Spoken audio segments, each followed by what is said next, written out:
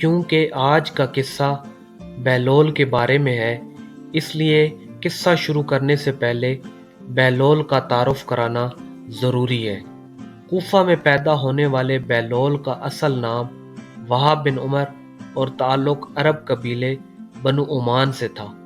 ان کے والد چھٹے امام جعفر صادق کے شاگرد تھے، لیکن کچھ وقت ساتویں امام موسیٰ کاظم کی صحبت میں بھی گزارا۔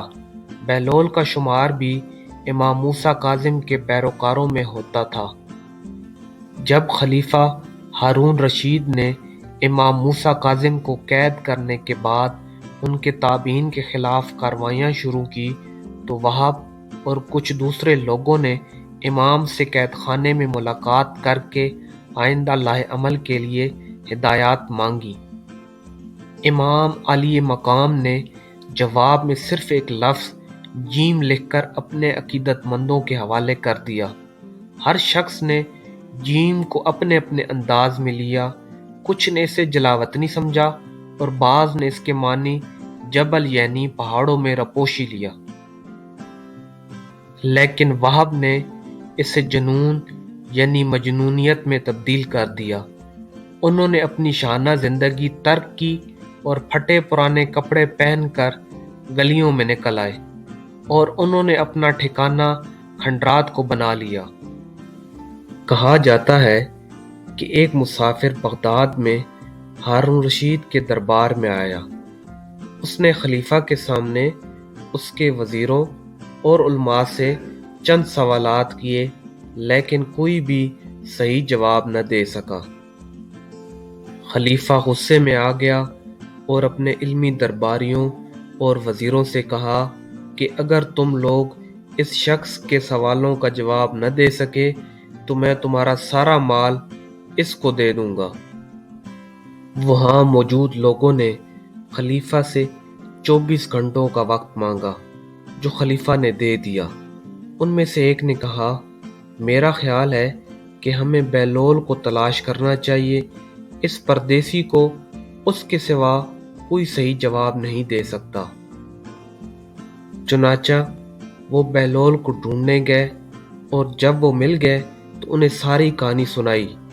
بہلول اگلے دن غیر ملکی کے سوالوں کا جواب دینے پر راضی ہو گئے۔ بہلول اگلے دن دربار میں گئے اور مسافر کو مخاطب کر کے کہا، جو پوچھنا چاہتے ہو پوچھو، میں تمہارے سوالات کے جوابات دینے کے لیے تیار ہوں۔ اس آدمی نے اپنی چھڑی سے ایک دائرہ بنایا اور بہلول کی طرف دیکھا۔ بغیر کسی ہچکچاہٹ کے بہلول نے دائرے کے بیچ میں ایک لکیر کھینچ کر اسے آدھا کاٹ دیا۔ مسافر نے ایک اور دائرہ بنایا۔